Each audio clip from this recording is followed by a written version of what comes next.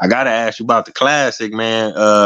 Ochie Coochie. Now, how did that come about? Was that something you already had in the stash, or you wrote that? You know, No, can you go into that a little bit? actually, Ochie Coochie, it wouldn't have been a song that I made. From my neighborhood, we wasn't listening to Ochie Coochie. We was listening to Scarface. We was listening to Big Daddy Kane. We was listening to Cool G Rap. We was listening to, I can keep going on and on. Poor Righteous Teacher, you know what I'm saying? Heavy D. We was listening to all that kind of stuff, man. So I definitely wouldn't have went down that track. So, but what I learned is that I got to Hollywood and Mike Bivens gave me a cassette tape and it had the Ochie Coochie beat on it. I hadn't heard it yet, but he said, "Hey man, take this tape to the hotel, and I want the song to be called Ochie Coochie La La La." He said, "I want some girls to be singing the hook." And I was like, Ochie Coochie La La La, some girls singing the hook. But I hadn't heard the beat yet, so I'm just like, all right, I'm a writer, so I can write. You know what I'm saying? So I'm like, all right, I'll listen to it when I get to the room. So I got to the room and I put that cassette tape in and I was like, oh my God, what the hell am I going to do? Because it wasn't what I was accustomed to.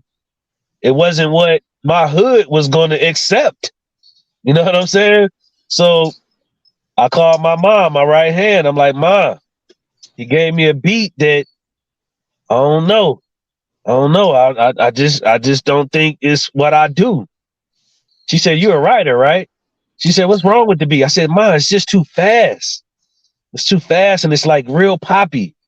She was like, "Well, do you want to come home?" I said, "No." She said, "Well, why don't you just do what you do, see how it come out, and then we'll make a decision after that." I said, "All right." She said, "Write the song, baby." So I sat down, I listened to it, and I wrote the song, and I wrote a hit record. I didn't have faith in that record. I had faith in what Mike knew what he was doing. You know what I'm saying? And I wasn't a fan of that record. I'll be completely honest. I'm a transparent person. I love my success. I love my record now. But I did not love it when I did it because that ain't what I do. You know what I'm saying? So I saw the success of this record. Literally, I was at the Apollo Theater to see Boyz II Men and ABC do their performances at Apollo Theater. So at rehearsal, Michael Bivens came and sat next to me and said, "Hey, you want to perform the song that we did in the studio?" I said, "Hell yeah."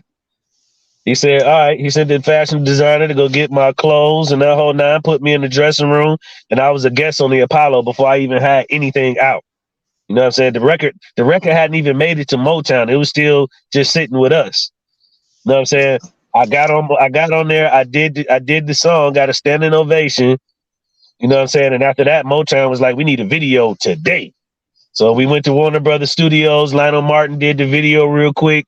And man, Ochie Coochie might have took 2 to 3 weeks and it was #1 record in the country. You know what I'm saying? So that let me know that it's not about me all the time. Sometimes it's about what the people want.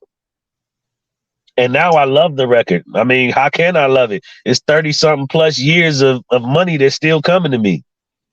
You know what I'm saying? And the women, you know, the fellas is my dogs. I get down with my fellas, but the women made MC Brainz. Fellas ain't had nothing to do with it. Fellas had nothing to do with it. When they come to my show, they say, "What's up, Brainz? You know, we had to be here. You gonna have all the ladies here." That's what the fellas used me for. But as far as my success was because of the ladies, man. Man, I mean, you summed it up, man. I mean, that's phenomenal though, because I remember I was like maybe 7 or something. This 92, I was about 7 years old. We was running around singing Ochie Coochie La La La. but it's a classic, and we love you for it. Like you say, the ladies was representing. The video was fly. You had fine women in it back then. Man, that's amazing. I appreciate you sharing that with me. And like you say, your producer, because you hear a lot of times artists say, "I ain't like that song." Like I think Method Man was saying he ain't like his song, but the RZA being who the RZA is, he telling them like, man, just do it, just do your thing. And it turned out to be a fan favorite, one of his biggest Yeah. records. So A guy named Rico Anderson did that track, man. Good dude, man. He did that track and a few other tracks for the East Coast family.